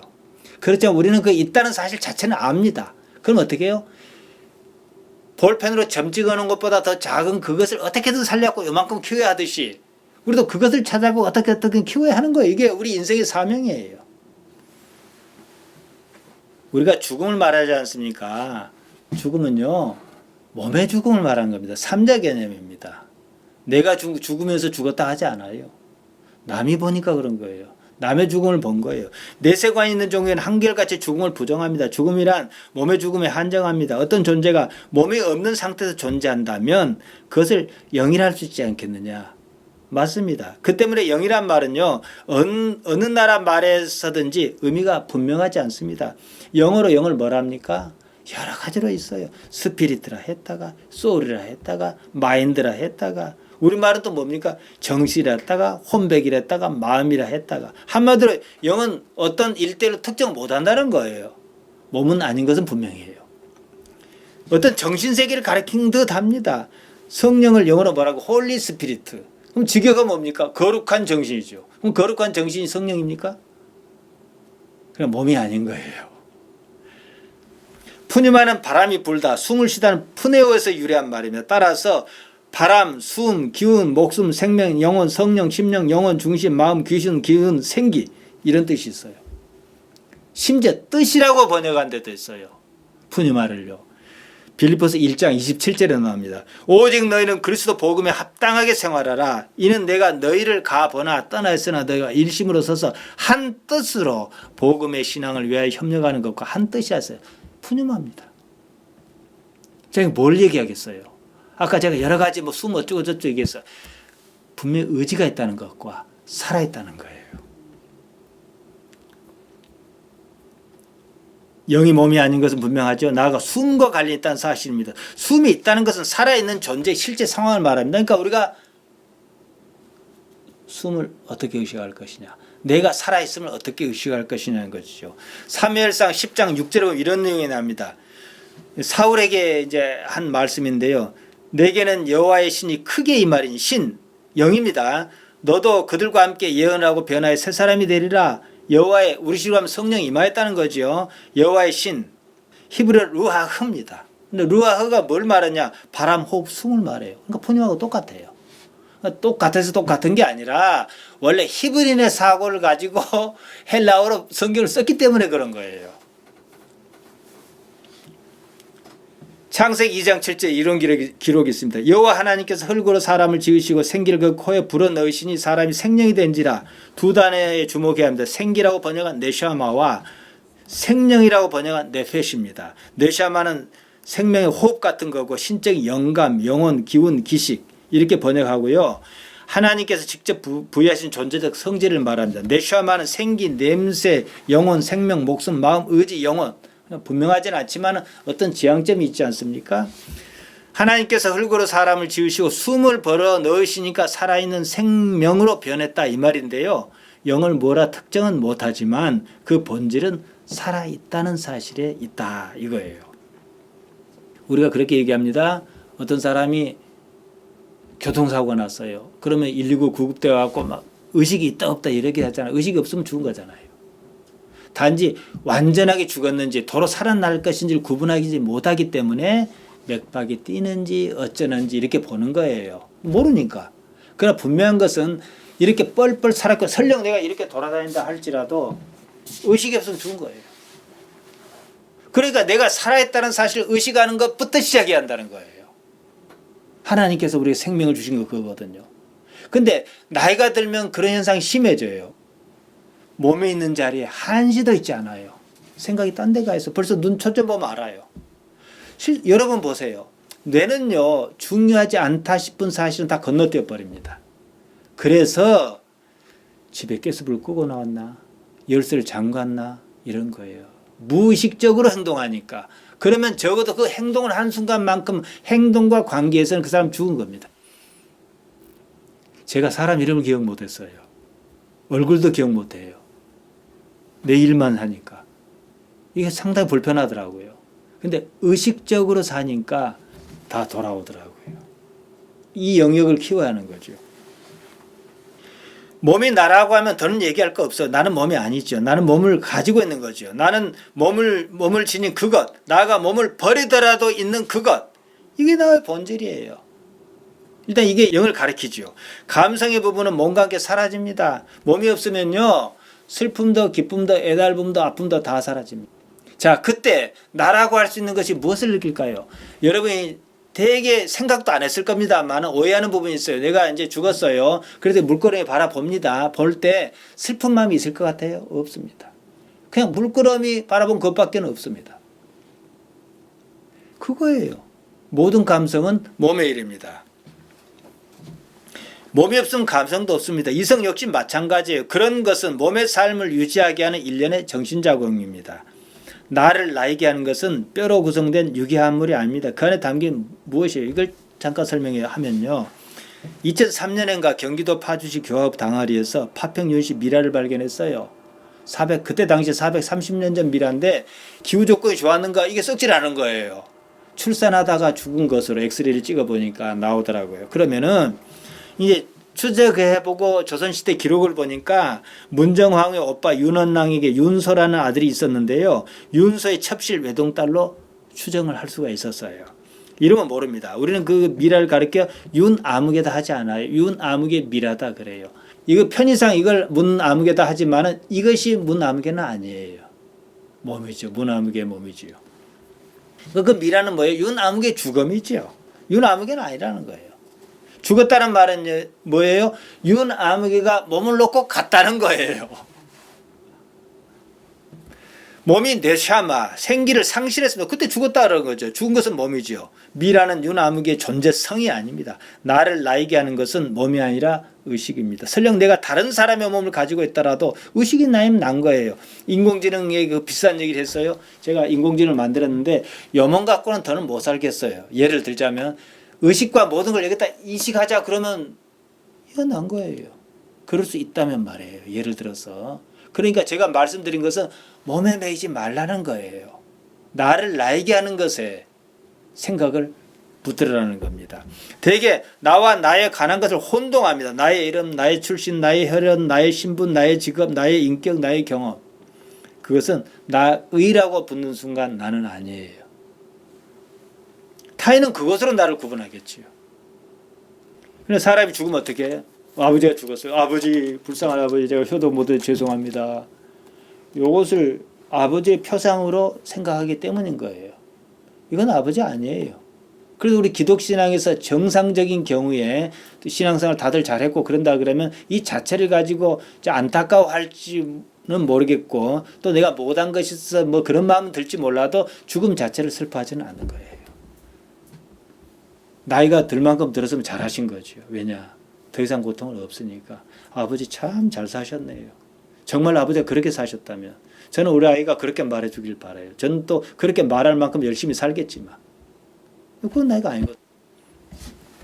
자, 지금 당장 여러분 자신 있는 상태를 의식적으로 한번 의식해 보세요. 내가 살아있구나 하는 현실적 상태를 알아차릴 수 있습니다. 그 상태를 인지하는 주체가 나라는 거예요. 그런데 이런 경우는 있어요. 졸음이 쏟아져요. 운전하다가 졸음이 쏟아져요. 비몽사몽해요. 그랬을 때 의식이 있는 건가 없는 건가 해요. 그때 죽는 순간까지 간다 그러면요. 그때 잠시 몽롱한 한계점이 옵니다. 그때 잠시 의식을 잃어요. 근데 그게 지나버리면 살든 죽든 의식은 다시 돌아옵니다. 이것을 어떻게 설명할까 하다가 지하철 1호선에서 제가 설명했어요. 지하 서울역에서 지상으로 나가면 전원이 끊기잖아요. 왜냐? 서울역 지하는 서울도시철도 공사지만 지상은 국철이거든요. 그럼 전원 공급이 다릅니다. 그러니까 배터리로 비상등만 켜놓은 상태에서 관성적으로 가서 전원이 다시 돌아와요. 마찬가지로 죽을 때 그렇습니다. 그러니까 죽는 순간 어떻게 내 의식이 가물가물하다는 것은 마치 졸았을 때 의식이 있듯 없듯 하는 것처럼 전원이 일단 끊겨요. 그럼 가물가물해요. 그러나 넘어가 버리면 또다시 다시 와요. 어떻게 문목사가 하냐고요? 이건 제가 임사 체험자들의 데이터를 가지고 분석하는 수밖에 없습니다. 그랬거든요. 자, 이제 여기서 계속 진행할 텐데 이제 왜 제가 이 뜸을 들이냐면 이거 진짜 집중하셔야 되거든요. 이제 만약에 놓치거든 인터넷에서 다시 들으세요. 그러면 두 번 들으면 또 효과가 있잖아요. 복습하는 효과가 있으니까. 자, 여러분이 누군가 영이라 할 만한 것이 무언가를 이제 말씀 5, 6페이지에 걸쳐서 한 7페이지쯤 남았네요. 걸쳐서 말씀드리면서 마치려고 합니다. 여러분이요 꿈을 꿉니다. 꿈에서는 나를 볼 수 있어요. 저게 나예요. 자, 이 상황을 충분히 생각할 수 있죠? 근데 저게 나고 이건 뭐예요? 그러면 어느 것이 나일까요? 저것도 나고 일단 나라 할 수 있겠죠. 바울이 그런 예를 고린도 후서 12장 1절과 4절에서 말합니다. 그대로 읽어드릴게요. 바울은 환상입니다. 환상이나 꿈이나 똑같은 개념입니다. 무익하나마 내가 부득불 자랑하노니 주의 환상과 계시를 말하리라. 내가 그리스도 안에 있는 한 사람을 아노니 자기를 말한 겁니다. 14년 전에 그가 셋째 하늘에 이끌려 간 자라니까 아마 어떤 영적 체험을 한 것 같아요. 그리고 가로치고 그가 몸 안에 있었는지 몸 밖에 있었는지 나는 모르거니와 자 그라 그랬습니다. 그도 바울이고 나도 몸이에요. 나도 바울이에요. 하나님은 아시느니라. 내가 이런 사람을 아느니 그가 몸 안에 있었는지 몸 밖에 있었는지 나는 모르거니와 하나님은 아시느니라. 그가 낙원으로 이끌려가서 말할 수 없는 말을 들었으니 아니 그가 이끌려가서 말할 수 없는 말을 들었으면 자기가 어떻게 알아요? 사람이 가 이르지 못할 말이로다. 자, 두 가지 개체가 됩니다. 그래서 우리가 현실적으로 이해할 수 있는 것 실제 환상의 경험도 그렇습니다. 꿈과 같이. 자, 꿈에서 저가 나예요. 저것을 나라고 하는 그가 또 여기 따로 있어요. 어느 것이 진짜 나일까요? 이겁니다, 이거.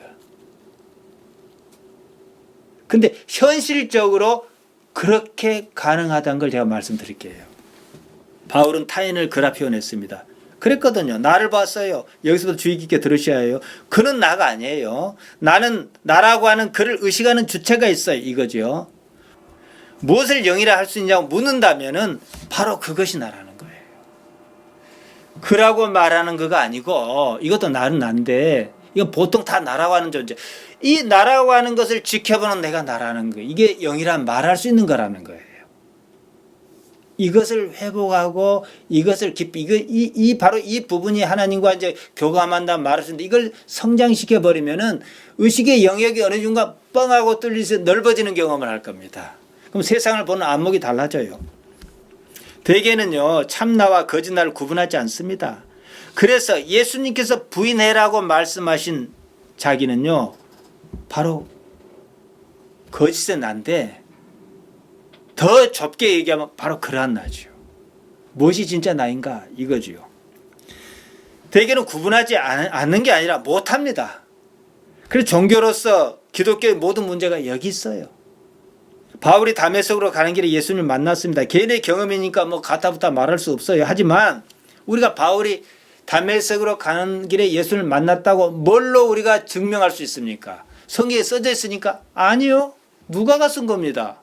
바울이 다메섹으로 가는 길에 누가가 쓴 것이 사실이라고 믿는 근거는 그가 어떤 사람으로 변했느냐는 거예요. 그렇죠? 적어도 바울이라고 잘 배운 사람이 그 정도로 변했다면 뭐가 있었던 거예요. 그런데 누가 그렇게 쓰고 있는 거거든요. 그러니까 예수님 봤다는 거죠. 요새 성범죄 사건의 재판은 뭐랍니까? 피고자가 증거로 될 수가 없는 게 많아요. 그러면 뭘로 사실은 맞다 그러니까 피고의 일관된 주장. 그걸 알리바이로 인정합니다. 왜냐? 경험하지 않은 것은 이렇게 물어보고 저렇게 물어보면 어딘가 안 맞거든요. 그만큼 충격적이었고 그만큼 바뀌었기 때문에 자기의 모든 가진 것을 내어버리고 비난을 받아가면서 자기가 부정했던 예수님의 신앙을 따라갔던 거예요. 그게 이익이니까. 이걸로 증명할 수 있는 거죠. 가치관이 바뀐 거지요. 그가 거짓의 날을 버렸다는 거죠. 그래서 사울이라는 이름을 버리고 바울이라는 작은 자라는 이름을 택했던 거예요. 이름을 바꿨다는 게 뭔 의미겠습니까? 그때. 가치관이 바뀐 거지요. 근데 오늘날 여러분 주변의 신앙이나 한번 보세요. 가치관이 바뀌었습니까? 교회 다닌다는 것만 바뀌었어요. 하나도 안 바뀌었어요. 그러니까 시끄러운 거예요. 그러니까 비난하고 말고 하자는 게 아니고 문제를 알자는 거지요. 여전히 영이란 말이 아직 껄끄러울 수 있습니다. 깊이 와닿지 않습니다. 저는 종종 다른 말을 씁니다. 의식 그 이상의 것을 말합니다. 의식은 물론 영이 아니에요. 그 이상의 것, 의식을 초월한 의식이어야 한다는 거예요. 의식이란 말이 뭡니까? 나를 나로 인식하는 능력입니다. 말씀드린 대로 바울은 자기 자신을 의식했습니다. 거기까지는 다들 그럽니다. 바울은 거기서 한 걸음 더 나갑니다. 자기를 그라고 타자로 인식하는 단계에 와 있다는 거예요. 자기를 그라고 의식하는 의식이 있습니다. 무엇이 하나님과 만나요? 그가 만나겠습니까? 그를 바라보는 이쪽 나가 만나겠습니까? 우리가 그러지 않습니까? 사람이 사람 같지 않으면 뭐라 합니까? 저 사람 의식이 없어 그러잖아요. 이제 죽어도 그만, 내일 죽어도 그만, 어제 죽었어도 그만이란 뜻이에요. 살아있을 이유가 없다는 뜻이에요. 사람으로서 마땅히 취해야 할 도리를 다하지 않은 것을 두고 말하지 않습니까? 사람이 아니다 그거죠. 생각해 봅시다. 여기서 사람이 아니다는 말이 무엇을 가리킵니까? 사람이라면 마땅히 추구해야 할 어떤 가치가 있는 거예요. 의식적으로 그래야 합니다. 그런 의식 활동을 포기한 사람은 사람이 아니다는 거예요. 한 사람이 의식적으로 평생 하나님만 의식했다 그럽시다. 그 사람의 의식이 어떠하겠습니까? 그때 그 사람의 의식을 영이라 해도 아무런 문제가 없다는 거예요. 그 의식에는 육체적인 어떤 판단도 개입해 있지 않습니다. 사람의 아들 예수님을 보십시오. 예수님이라고 하는 우리 관념을 배제하고 말이에요. 나사렛 요셉의 아들 예수님을 한번 생각해 보십시오. 그분께는요 도무지 자기란 게 없어요. 그분의 말씀에도 그런 게 있었지만 그분은 당신이 행하시는 일은 그냥 하나님이 원하시는 바였어. 그만큼 내가 없고 하나님과 가까이 있는 그 부분만 있었다 이거죠. 비록 육체는 가지셨지만 육체가 없는 것처럼 온전히 하나님의 영 푸니마에 속했다. 그렇게 우리가 이해할 수 있습니다. 이를테면 옛날 얘기에 나오는 얘기처럼 수십 년 돌을 닦은 도사가 있어 머리도 빠졌고 수염도 하얗고 분명히 피부로 봐서 나이가 많이 들었습니다. 근데 그의 의식은 명료할 거라는 생각이 들지 않습니까? 거기에는 어떤 직관적 깨달음 같은 게 있습니다. 세상을 초월한 듯한 의식으로 세상을 봅니다. 그러니까 지금 교회에서 돈 문제든 뭐 문제 이러고 저러한 거 보면요. 그것은 나쁘다 좋다를 평가하기 전에 추구한 거예요. 적어도 그 신앙의 높은 경지를 추구한 사람은요. 도사 수준은 가야 해요. 60이 넘었으면. 그들에겐요. 흔히 말하는 자기란 것이 없습니다. 이미 자기를 초월해야 광채가 나요. 자기를 타자로 인식하는 주체, 그 의식이 영과 똑같은 개념으로 쓰입니다. 그래서 의식을 초월하는 의식, 초월의식, 초월의식이라는 단어가 있습니다. 꼭 같은 개념이 아닐 수는 있지만 거의 비슷하게 갑니다. 조금만 의식하면 여기까지는 다들 가능해요. 이제 그걸 어떻게 성장시킬 것이냐 이 문제가 남습니다. 사실 사람이라면 누구나 하나님께로부터 났습니다. 아담과 하와가 그렇단 말이에요. 다만 하나님을 의식하는 의식이 있을 때 한정해서 겟네데 아노데인 한단 말이에요. 자, 에덴 동산 얘기 잠깐 하지요. 아담과 하와가 하나님을 의식했다면 따먹었을까요? 따먹지 않았을까요? 못 따먹지요. 그 순간만큼은 의식이 없었던 거예요. 하나님 의식하는 의식 말이에요. 그래서 제가 우리 할머니 집사람들에게 그렇게 말해요. 좋은 신앙 가지고 싶지요? 그러면 그렇다 그래요. 뭐 좋은 거니까. 그러면 항상 하나님을 생각하라 그래요. 그 기본입니다. 사람에게는 누구나 의식이 있어요. 다만 이는 생겨나다 만 사람이 있고 또 어떤 일은 잘하다 말아요. 극히 소수만이 높은 경지로 성장합니다. 그러니까 뭐 요한계시록에서 14만 4천 명이라 그러니까 신천지가 14만 4천 명을 한정했다가 사람이 더 모이니까 대기자를 할때 그걸 14만 4천을 한정할 수는 없지만은 분명히 적은 것만큼은 사실이에요.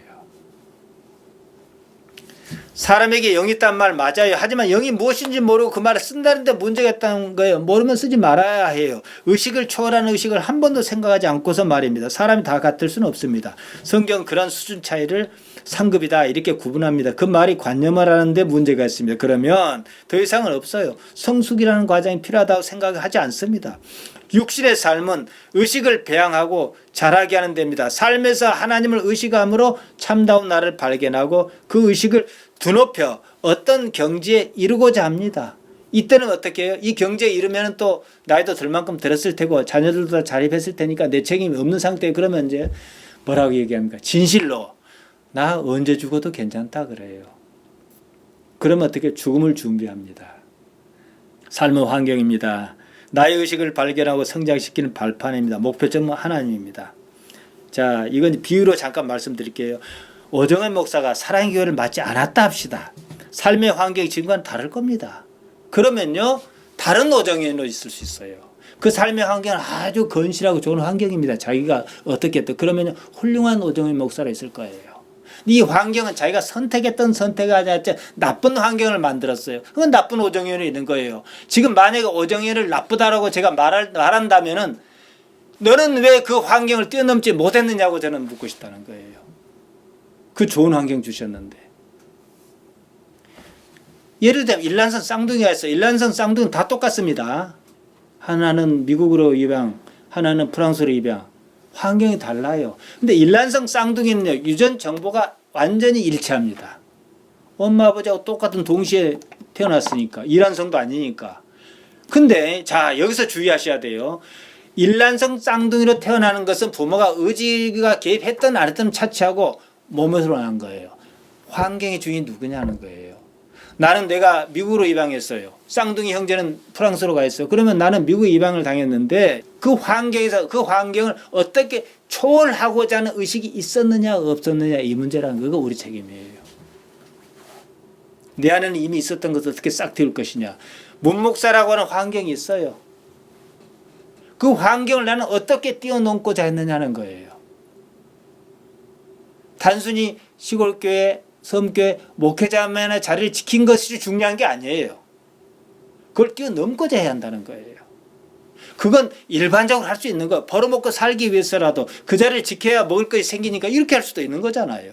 그걸 뭐라 그래요? 사꾼 목사라고 그러잖아요. 사람이 자기가 속한 삶의 환경을 뛰어넘지 못하면요, 그냥 생체적 존재일 뿐입니다. 동물도 그렇게는 해요.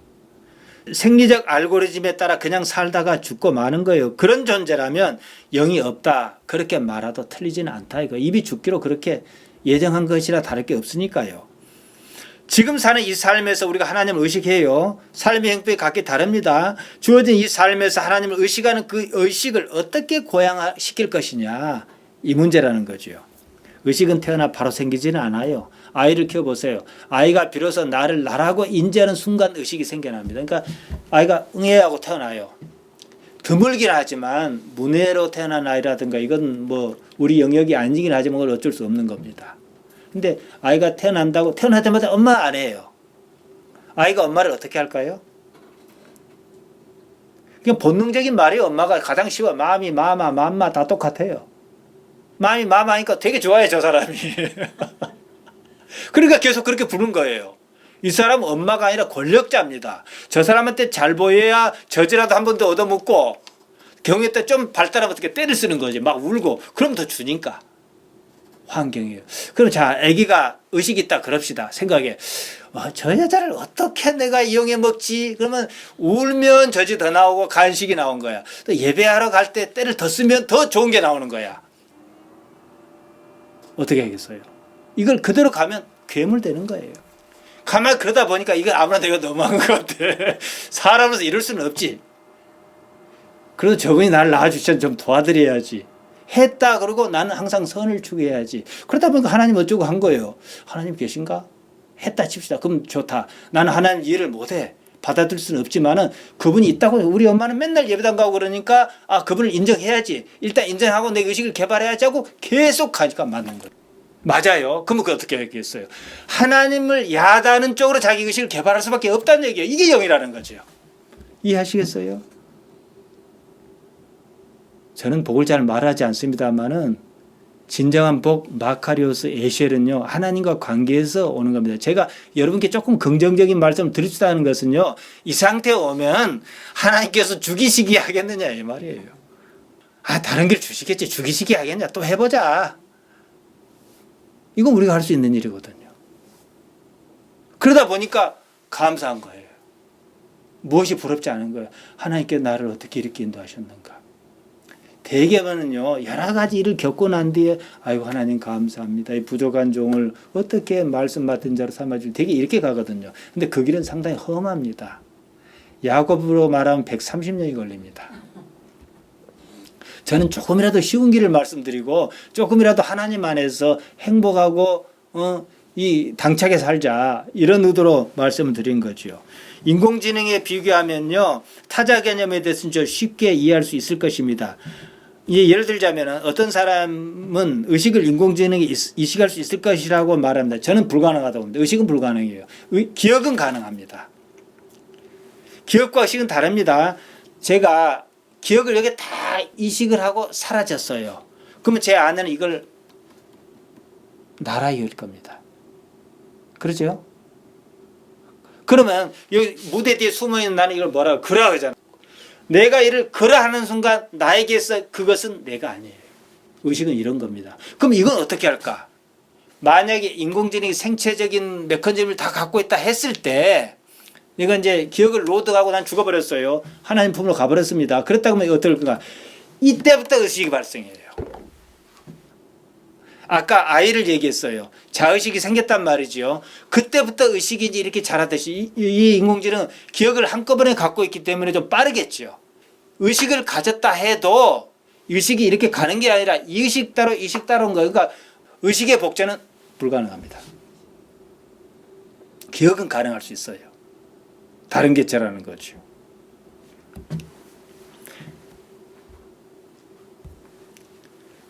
여기서 왜 인공지능이 말씀드리냐 그러면은 제가 이제 금년에 우리 나이로 62인데요. 복제했다 그러면은 이때부터 의식이 생긴다는 것을 말씀드리기 위해서 그런 거예요. 이 의식의 나이는 어떻게 해요? 성숙도는 속도는 빠르겠지만 한 살이죠. 저의 의식은 몇 살이겠습니까? 62세는 아니에요. 내 의식이 생긴 시점이 3살이다 그러면은 60이 마이너스 3년이겠죠.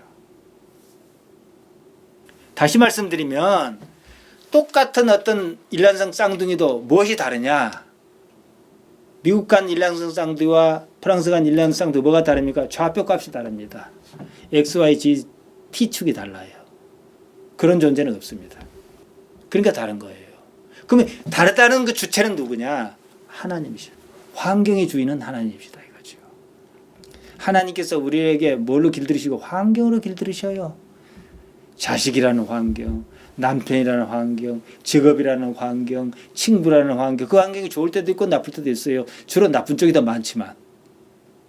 이 환경으로 나를 길들이시는 거예요. 환경의 인생 막대기가 채찍인 거죠. 우리는 이 환경을 보기 전에 환경의 주인이 누구냐. 그래서 하나님의 나라가 이미 임하여 있다는 거예요. 예수님께 십자가상에서 다 이루었다. 처음 복음 마태복음 4장 17절 천국이 갖고 왔다. 하나님 나라 갖고 왔다 시작하고 요한복음 19장 30절에 다 이루었다. 그렇게 말씀하셨잖아요. 뭘 이뤘겠냐고요. 하나님께서 어찌 살아계신지를 증명해 보였다는 거. 그리고 나서 부활 사건과 성령 강림 사건이 있죠. 정리를 하려합니다. 앞서 말씀드린 대로 성경은 영이 무엇이다 그렇게 말하지 않습니다. 다만 무엇을 영이라 할 수 있는지 여지는 줍니다. 십자가 부활 사건 이후에 하나님께서 본격적으로 영으로 나타나셨습니다. 성령이라 그럽니다. 예수님께서는 그럴 것이라고 특히 요한복음에 보면 뭐 보혜사니 어쩌니 내가 가는 것이 유익하니 어쩌니 이렇게 말씀 수없이 하셨습니다. 예수님께서는 요한복음 4장 24절에서 하나님께서 영이시라 그러셨습니다. 그 말씀이 의미하는 바는 하나님께서는 우리에게 영으로 나타나신다는 거죠. 공이 이제 우리에게 넘어왔습니다. 그 사실을 어떻게 알아차릴 것이냐. 나는 영이라는 개념을 잘 모르는데 그래서 의식 위에 의식을 말씀드렸습니다. 그러는 사람이 하나님을 현실적인 분으로 안다. 예배한다. 이 말이지요. 하나님께서 영이시니 우리도 하나님을 영으로 대하라. 그것이 거짓 없는 진실한 예배다. 자, 딱 지금 이 상황에서 진실한 예배가 무엇이겠습니까? 여러분 한번 생각해 보세요. 뭐 서문 다 같습니다만은 삶이에요. 삶이 예배해야 하는 거예요. 삶을 왜 진실하게 살아야 합니까? 하나님께 진실하니까. 우리가 삶으로 하나님 만나잖아요. 주일날 만나 예배하는 것은 우리가 모여서 우리가 이렇게 하자 하는 것이고 옛날 초대교회는 주일날 뭐 언제 어디서 만나자 몇 시에 만나 그런 거 없었어요. 예배하고 뭐 주기도문 하고 뭐 찬송 부르고 성가대 그런 거 없었어요. 그때 어떻게? 모임 장소에 있었어요. 그러면은 일반적인 신앙이 있다 그럽시다. 어떤 여자가 있다 그럽시다. 예수님께 한번 배웠고 은혜를 받은 여자가 있다 그러면 그건 어떻게 해요? 베드로 선생님, 우리 주께서 무슨 말씀하셨는지 한마디만 들려주세요. 그럼 그 말씀 했을 거예요. 그럼 은혜가 막 쏟아진 거예요. 그 자리가 어디든지 은혜스러우면 그냥 가슴이 두근거리고 뛰고 흥분하니까 무릎 꿇고 주여 이렇게 했을 거예요. 왜 삶은 그렇게 살 수 없는가? 우리 이걸 생각해야죠. 나를 있게 하시는 일은요, 육신적으로 부모 맞지만 하나님이십니다. 우리 부모도요, 나 이렇게 생길 줄 알고 낳지 않았어요. 나 역시도 이렇게 태어나라고 태어난 것도 선택을 했으면 저 부잣집에 태어나지 왜 여기 태어나요? 뭐 아니면 비슷하게 하는데 우리 아버지의 최대 실수는 돈 좀 벌었을 때 서울로 안 왔다는 거예요. 자, 정리를 하렵니다. 나는 삶을 의식합니다. 삶을 의식하는 주체를 의식합니다. 그것이 납니다. 그때 나는 몸을 가졌어도 순간적이나마 몸을 벗어나 나를 볼 수가 있습니다.